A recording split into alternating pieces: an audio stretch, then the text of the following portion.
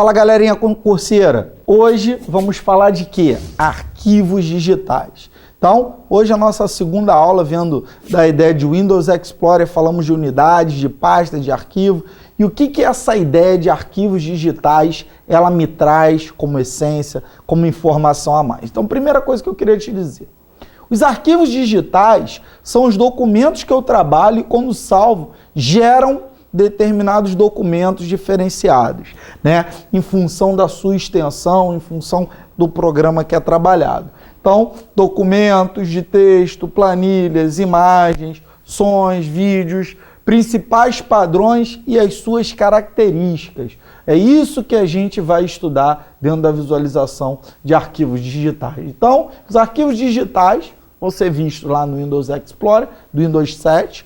Como eu falei para vocês, no explorador de arquivos do Windows 8, Windows 10, ou no Conqueror, que é o gerenciador de arquivos mais usado dentro do ambiente Linux. Então, ele gerencia unidades, pastas, subpastas, arquivos do sistema e as suas extensões, e exibe uma estrutura hierárquica das unidades lógicas, pastas e os próprios arquivos. Perfeito? E aí, olhando dessa forma, né, o que uma extensão é? Falando tanto do nome do arquivo, dos locais que eles podem estar armazenados na aula passada, que a gente entra nessa caracterização. A extensão caracteriza o tipo e o programa atrelado ao arquivo. Então, os arquivos podem ser do tipo texto, podem ser de planilhas, imagens, som, vídeo, apresentações, podem estar compactados, a gente diz que são arquivos compactados, pode ser de banco de dados, executáveis. Então, trabalhamos com diversos programas dentro dessa linha de raciocínio, como texto, Word, Writer, como planilha, o Excel, o próprio Calc, para imagem, o Photoshop, o CorelDRAW, o Publisher, o Draw, para som, o Windows Media Player, para som, o Windows Movie Maker, que também trabalha com vídeo, apresentações, o PowerPoint, o Impress, né? Access Base para banco de dados, os compactados, o WinZip, por exemplo, entre outros arquivos. Então a gente vai falar dessa ideia das extensões, mas antes disso eu queria falar para vocês da ideia de um atalho, né? O que é um atalho de um arquivo? Geralmente a gente olha para um arquivo e diz, esse arquivo é um atalho por causa do ícone com a setinha no canto inferior. Então, é um vínculo apontador para qualquer item acessível no computador ou em uma rede. Encontramos atalhos na área de trabalho, no menu iniciar, em pasta específica e em diversos locais. Então, para criar um atalho, por exemplo, arrastando pelo Windows Explorer, Alt mais arrastar, arrastando para a área de trabalho, vai criar, por exemplo, esse atalho na área de trabalho. Então, percebam, vamos aqui para o quadro para vocês visualizarem uma coisa. Quando eu mostro assim para vocês, olha, que esse daqui é um atalho do Word, esse ícone é uma figura, não é isso? E a gente diz que é de atalho por causa da setinha no canto inferior direito. Agora, a gente diz que esse ícone é do programa porque não tem essa setinha. Então, primeira caracterização. Então, o ícone de atalho, o próprio ícone do programa também. Outro detalhe muito importante. O ícone de atalho, né, ele é um apontador para o arquivo do ícone do programa. Então, quem vem primeiro? O arquivo do programa. Então, se ele é, por exemplo, o executável, word.exe, que é o que abre o arquivo, e tem lá o seu tamanho, 3 megabytes, ponto. Ou ainda, se esse arquivo é um documento, doc1, ponto, docx, que é um documento de 550 KB, pronto, é um documento. Mas quando eu tenho um atalho para um desses arquivos, o que eu tenho? Eu tenho, por exemplo, uma figura que tem a extensão .icon e um tamanho padrão de 1 KB, por exemplo. Perfeito? Então, quando eu penso no Word.icon, ele é uma figura apontadora.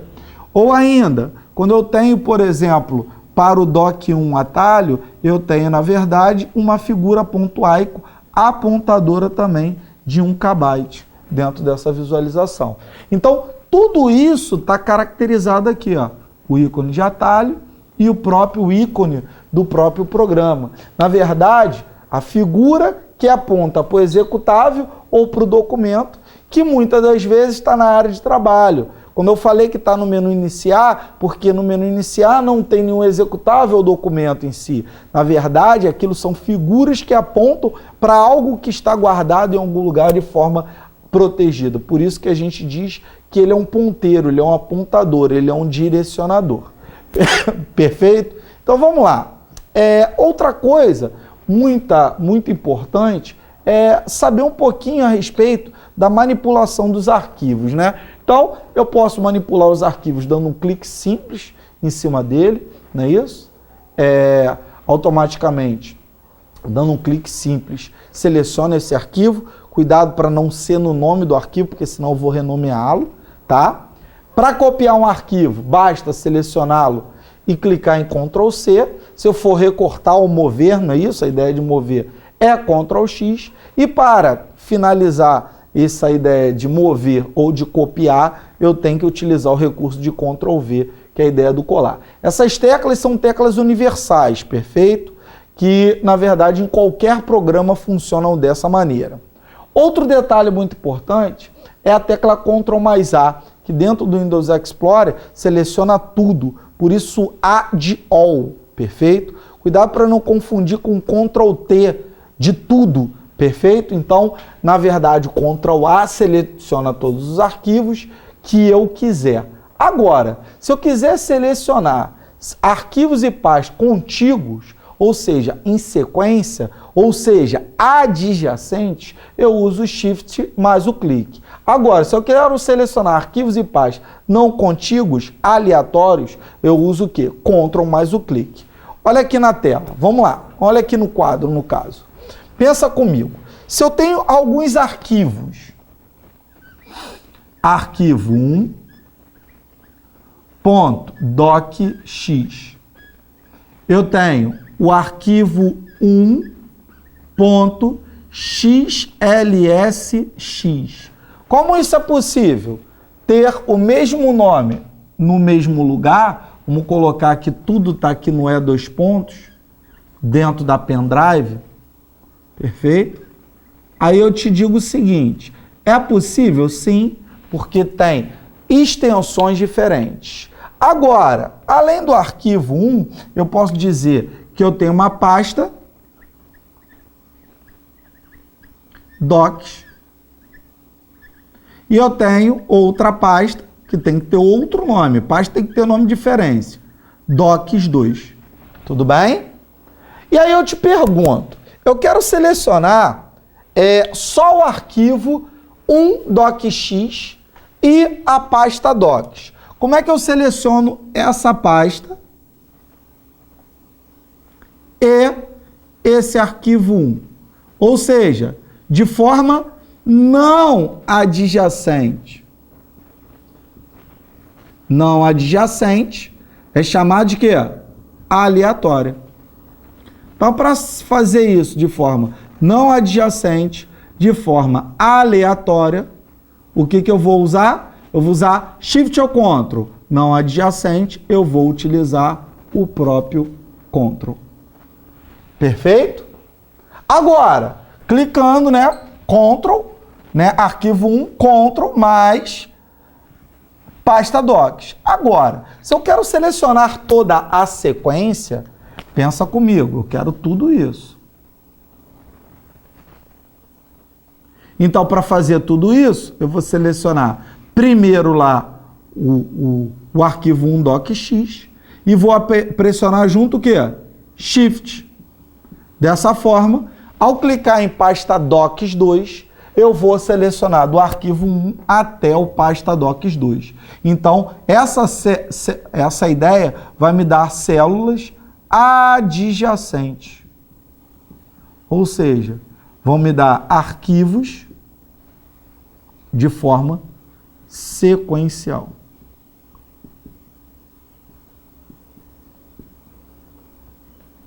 Tudo bem? Então, toda essa visualização do Ctrl e do Shift faz distinção? Faz. faz muita distinção, porque vai selecionar arquivos aleatórios, poucos, ou a sequência toda através do Shift. Outra ideia muito importante, né, que eu até tracei isso dentro da aula passada, né, que é a ideia do arrastar do HD para outra pasta no próprio HD e ao arrastar vai mover. Agora, se esse arquivo, ao arrastar do HD para outra memória, vai copiar. Cuidado com o Ctrl Shift novamente, que se eu usar o Shift e arrastar, ele move, porém, se eu usar o Ctrl mais arrastar, ele copia. Então, isso são detalhes muito importantes com relação à manipulação desses arquivos, dessas pastas com essas extensões. Tá? Então, olhando aqui mais profundamente, né, que os arquivos podem ter até 255 caracteres, com ponto 256, com a extensão 3 ou 4 caracteres, que não é permitido palito contra barra, barra menor, maior, maior, menor, abre aspas, fecha aspas, interrogação, dois pontos e asterisco, eu tenho esses arquivos como arquivos principais de texto. Então, TXT é o arquivo do Notepad, não é isso? Padrão Notepad, que é o texto sem formatação, somente caracteres, né? Na verdade, formatação simples. Agora, o RTF trabalha com formatação mais complexa do que essa TXT, né? E é multiplataforma para editores de texto, né? Porém, não trabalha com coluna, né? Não consigo dividir em coluna, até inserir figuras, mas não figuras compactadas, e é o arquivo padrão do WordPad. Se eu mandar salvar no WordPad, ele por padrão vai chamar o RTF. Perfeito? Posso salvar em HTML? Sim, posso salvar em HTML, que é a possibilidade de salvar em hipertexto de página da web. Agora, o XML é a formatação complexa que pode ser utilizado no Word e no Writer, pode ser salvo em XML também, legal, que é um arquivo, né, muito utilizado para a internet e foi a própria melhoria dos documentos comum. O DOC, por exemplo, passou a ser DOCX em função dessa formatação complexa. XML está embutida nele desde o 2007, 2010, 2013, 2016, utiliza esse recurso. E o ODT é a formatação complexa com o XML do próprio Writer. Apesar de não ter o XML está embutido dentro dos arquivos do Writer também, do LibreOffice Writer. Outro detalhe, pessoal, não falei ali do documento modelo, né, que é o DOT dentro do Word, né, DOTX, hoje em dia, porque DOT é do 2003, como DOC é documento comum. Modelo é a estrutura base que serve como referência de fonte, macros, menus, comandos implementados no documento para se criar outro a partir dele. E no Writer o modelo é OTT, legal? Modelo de documento do Writer como estrutura base para criar outro documento a partir dele. Aí eu vou para a ideia das extensões principais dentro do próprio Excel, dentro da ideia de planilhas. Então tem o XLS como documento comum do Note V7 até o 2003, né? 97, 2000, XP 2003. Eu tenho o SHOT como documento modelo desse 97 até o 2003. O XLSX, que avança, né? Do 2007 e 2010. Aí tem ainda o 2013 e 2016 ali, né? Para compensar. E não é SHOTX, é XLTX, o documento modelo desse Excel. Posso criar uma página da internet no próprio Excel? Posso. É só salvar em HTML e XHTML. O PDF é um detalhe, vou falar do PDF também. E o XML são os dados aí que podem ser salvos também através de planilhas. Legal? O Calc, né, trabalha com ODS, documento comum, e OTS como documento modelo.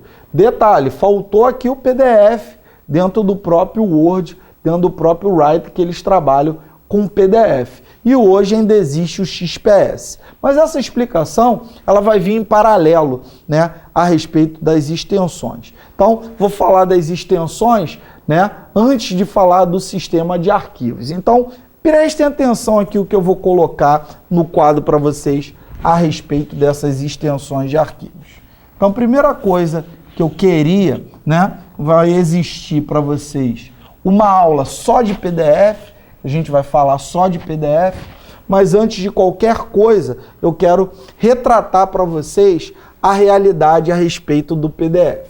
Então, entendo. O PDF foi um arquivo criado pela Adobe. Adobe é essa empresa.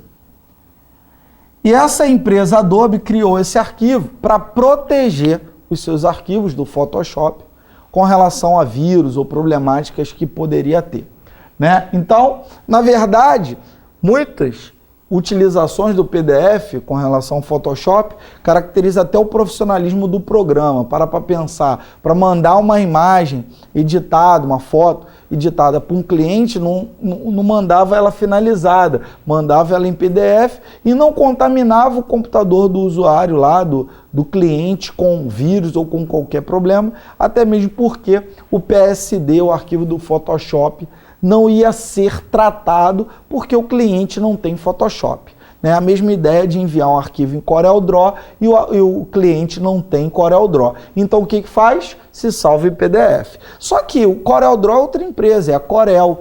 E para a CorelDRAW gerar PDF, teve que pagar a Adobe para gerar PDF. Perfeito? Então o PDF é um arquivo de monopólio da Adobe e todas as estruturas de programas Adobe. Quem quisesse gerar o PDF no próprio programa, teria que pagar a Adobe, porque é assim que funciona o mercado. O leitor de PDF, que se tornou padrão do mercado, se chama Acrobat Reader, né? Que ao longo do tempo se tornou Acrobat Reader DC, né, que é o Acrobat Reader para a internet e tal, e que a gente hoje pode manipular esses arquivos de uma forma assim extraordinária, né? Por quê? Porque esse PDF se tornou padrão. É um arquivo hoje mundialmente conhecido porque é o arquivo ISO, perfeito? Ele é o padrão de documentos de internet, em função da sua proteção, da sua segurança, da sua codificação. E aí o que acontece? O Bill Gates empurrou isso até o Office 2010. E por que ele empurrou até o Office 2010? Tem um motivo, tá? Qual é o grande motivo? Ele não usou no Office 2003, nem no 97, nem no 2000, nem no XP, nem no próprio 2007. Por quê? Porque ele não queria pagar pelo PDF ou dar valores à ideia da Adobe. Então, no Office 2010, ele criou um arquivo equivalente ao PDF chamado de XPS. Esse XPS é um arquivo Microsoft, tá? E esse arquivo XPS Microsoft, né, pode ser lido pelo navegador. Então, o navegador hoje do Windows 10 se chama Edge. E esse Edge é, por padrão, o leitor, né, de PDF e XPS. Né? Então, esse Edge como navegador, né, é o grande barato aí do momento, né? É um navegador que eu posso escrever no navegador para guardar a informação para acessar ele futuramente. Então, esse Office 2010, ele conseguiu algo. Ele consegue salvar em PDF e consegue salvar em XPS. Então, esse é o primeiro detalhe. Office 2010. Aí eu vou além. Veio o Office 2013. O Office 2013 tem a mesma tecnologia hoje de 2016. Ainda não foi melhorado com relação a isso. E ele, na verdade, consegue fazer mais do que salvar o PDF XPS. Além do Office 2013, o LibreOffice hoje, na família 4X, também o faz com excelência. O que ele consegue fazer? Ele consegue abrir esses arquivos, ele consegue editar esses arquivos e ele consegue salvar esses arquivos. Esse é o detalhe. Então, na verdade, a Microsoft usou essa ideia do PDF até ter um arquivo equivalente ao PDF. E aí, o que ela fez com o Office 2013? Ela inverteu a jogada. O próprio não seria só leitor. O Office ele não só salvaria em PDF, como antigamente fazia, ele poderia abrir, editar e salvar esse PDF. Lógico que pode existir restrições? Pode. Legal? Agora, outro detalhe, o Office 2003 e o Office 2007, para poder trabalhar com esse PDF, teria que ter o quê? Teria que ter um plugin incorporado. Então, naturalmente, por padrão, eles não salvam, nem abrem, nem editam, nem salvam o próprio PDF ou o XPS. Perfeito? Então, vamos conhecer algumas extensões. Trouxe algumas aqui, né, principais para a gente popularizar essa ideia. Primeiro é o COM, que é o comando externo desde da ideia do MS-DOS, né, que é a ideia do programa curto, que é a ideia do executável simplificado. Tem o arquivo executável, que é o ES em si, né, que é constituído o arquivo principal de todo o programa. Tá? O BAT, que é o arquivo de logs, também chamado de batch, né, que processa os comandos DOS, né, em si. Então, são arquivos que vêm desde a essência do MS-DOS, que foi incorporado no próprio Windows. Tem o arquivo de sistema, que é o sys, que contém informações a respeito de comandos internos do próprio sistema. Então, todo sistema e programas tem sys embutido, como tem bin, que são os arquivos, né, contendo informações do próprio sistema. Tá? Os arquivos de dados, que é executável também dentro de outro programa, é o DAT. E as bibliotecas de informações do sistema operacional são arquivos chamados de DLL. Então, todos esses arquivos, muito cuidado na manipulação, na edição. Se eu não posso alterar uma vez, alterado o sys, o sistema operacional pode não voltar a funcionar. Isso daqui pode ser editado através de editores de registros que alteram esses arquivos dentro do seu código-fonte, só que são arquivos cruciais para o funcionamento do próprio sistema. Legal? Agora, existem outros arquivos, como a gente falou do TXT, documento, HTML, de página da internet, INF, que são arquivos de informações de hardware dentro do próprio ambiente, INI, informações de software, TTF são as fontes instaladas dentro do teu sistema operacional, assim como ICO são arquivos de ícone, BMP, arquivos de imagem, como vários outros arquivos de imagem que existem, TIFF, JPG, GIF, PNG, o AVE, arquivo multimídia de áudio, como MP3, não é isso? Como WMA, não é isso? Arquivos MIDI, enfim. Olha o MIDI aí, arquivo multimídia, não é isso? O próprio AVI, arquivo multimídia de vídeo, como WMF também, que é meta-arquivo do próprio Windows, não é isso? Então, WMF é a imagem, enquanto WMV é vídeo. Então, AVI, MPG, WMV vídeo, WMF, JPEG, imagem, não é isso? E aqui o próprio vídeo, Windows Media Player, que é o WMV, enquanto o áudio é WMA. Perfeito? Então, tudo isso nos leva ao entendimento de que todo arquivo colocado dentro do sistema tem que ser, né, preparado para ser alocado dentro do teu sistema. Aí vamos voltar lá naquele conceito antigo. O sistema operacional foi formatado. Show de bola. O computador foi formatado. E aí, qual o próximo procedimento? Então, na verdade, uma vez formatado o disco, você tem que formatá-lo, prepará-lo para receber informações dentro de um padrão de sistema de arquivos. Então, quem são os sistemas de arquivos? São regras, são esquemas de armazenamento para alocar fisicamente arquivos, criado pelo próprio sistema operacional, criado para criar um sistema de arquivos no espaço disponível. Então, na verdade, o sistema operacional diz como é que ele vai ser alocado. Então, quando você formata, você usa o sistema operacional diretamente ou indiretamente para essa formatação e você cria um sistema para alocar as informações, os arquivos, para eles serem localizados, indexados, ordenados e utilizados pelo próprio sistema. Então, o sistema operacional trabalha, né, em conjunto.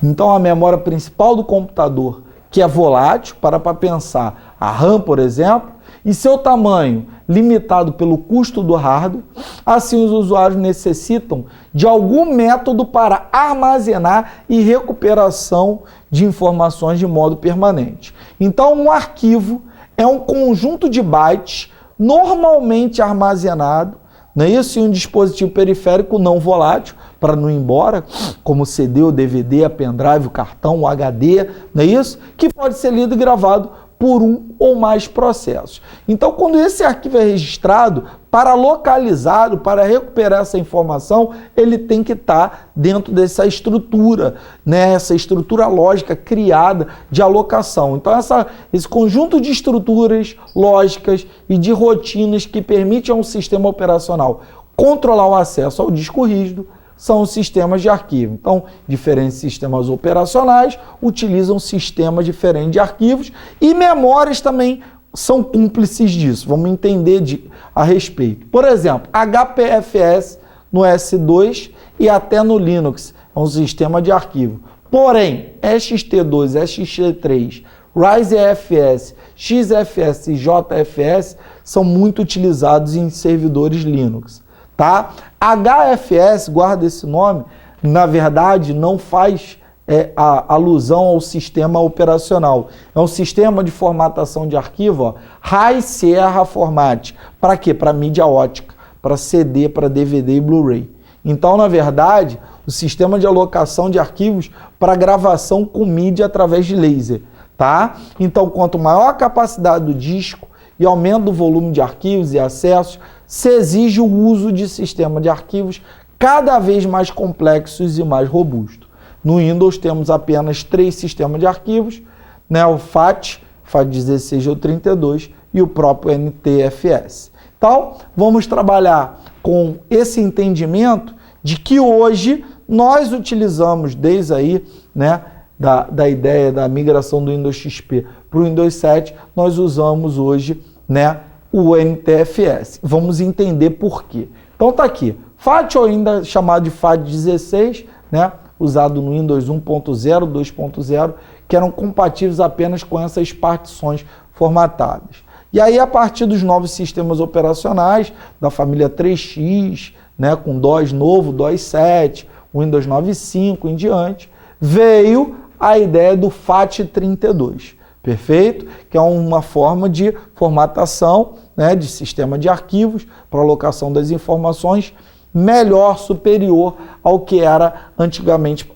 praticado. Agora, o Windows NT, que veio a partir da ideia do Windows 98, surge a tecnologia NTFS, não é isso? Como padrão para essa classe e a convergência desse sistema. Então, o próprio Windows XP, dali em diante, né, com o Windows XP, o Windows Vista, o Windows 7, o Windows 8, o Windows 10, utilizam, né, como preferência, né, o Windows XP ainda permite escolha, mas a partir de então o NTFS se torna padrão. Então, quando eu olho para o FAT, que era antigo, a gente tem prós e contras, até mesmo porque foi a primeira forma de manipular, de trabalhar esse sistema de arquivo com propriedade. Então, acompanha, olha só. A função do FAT é servir como um índice, armazenando informações sobre cada cluster do disco. Então, cada ponto do disco, cada cluster do disco, né, é indexado pelo sistema de arquivo que a gente aloca lá a informação. Então, o HD armazena a lista dos endereços ocupados por cada arquivo guardado, permitindo assim localizá-los. O FAT armazena informações sobre os arquivos para que possam ser recuperados posteriormente. Então, através do FAT, o sistema operacional sabe se uma determinada área do disco está ocupada ou livre. Legal? Então, para quem já utilizou o defrag, organizou os espaços livres, é isso que a gente está falando, tá? E pode localizar qualquer arquivo armazenado cada vez que um novo arquivo é gravado ou apagado. O sistema operacional altera a FAT, mantendo-a sempre atualizada. Perfeito? Então, o cluster, né, é uma divisão lógica do disco, é como a gente vê a memória, que contém dados dos arquivos gravados, menor unidade do disco, interpretado pelo próprio sistema operacional. Então, a menor porção ali é o cluster de forma lógica, porque, na verdade, o HD fisicamente é dividido em setores e trilhas. Tá? Então, um conjunto de setores entendíveis pelo sistema operacional é chamado de cluster.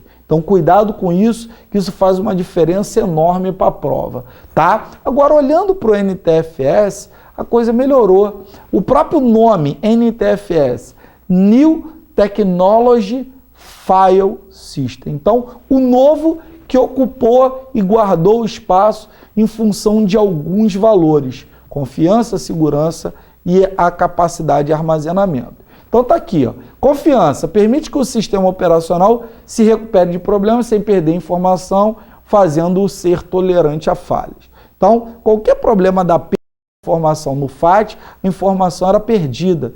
Não sei onde ela está, acabou, né? Agora, em termos de recuperação dessas informações, o NTFS agregou o quê? Segurança. Agora, confiança. Agora, pensando em segurança, controle de acesso, né, às informações, isso daí é o grande detalhe. Eu lembro, né, que se você tivesse um sistema FAT32 no Windows XP e você criasse duas contas de usuário, a pasta Meus Documentos do usuário 1 conseguia ser vista pelo usuário 2. Na verdade, não existia nenhum nível de segurança, de controle de acesso a determinado ponto do disco, determinado cluster do disco. Então, na verdade, essas aplicações, com o NTFS, agregou, porque hoje, quando você tem uma página de um usuário, uma vez aquele usuário logado, ou na verdade restrito, e você está usando outro usuário, você não acessa nem por um decreto as informações contidas naquele usuário, como documentos, como histórico, como cookies, como informações de sistema, tá? Então, segurança, controle de acesso preciso e ter aplicações que rodem em rede, fazendo com que seja possível o gerenciamento de usuários, incluindo suas permissões de acesso e escrita de dados. Armazenamento, onde é possível trabalhar com grande quantidade de dados. Isso foi, na verdade, uma forma de se agregar valor através do próprio sistema NTFS. Então, quando eu penso, né, nesse sistema de arquivos, né, em disco rígido, o que o NTFS agrega? Grande espaço, então terabytes de informações sendo alocadas e manipulados. Pode ter mais de um sistema operacional? Sim, quando eu faço partições. Então, 4 partições no máximo de forma primária. Lógico que todo mundo sabe que eu posso estender as secundárias. Então, eu posso ter 4 sistemas operacionais, as partições são nomeadas com letras, né? C, e a partir daí, porque A e B são discos flexíveis, 3/1/6 e 5/1/4, tá? E diversas partições estendidas, como D, E, e aí vai embora. Perfeito? Por quê? Porque a gente pode criar as estendidas através dessas 4 primárias. Perfeito? Então, pessoal, aqui nós finalizamos tudo que a gente precisa saber a respeito dessas ideias de arquivos inicialmente, né, dos sistemas de arquivos e o que é um arquivo digital e as suas extensões, tá? E na próxima aula a gente vai dar continuidade, né, ao nosso estudo. Espero estar agregando valor ao seu conhecimento e qualquer dúvida, entre em contato com a gente. Perfeito? Um abraço, seu professor Luciano Antunes. Até a próxima aulinha aqui no Verbo Jurídico.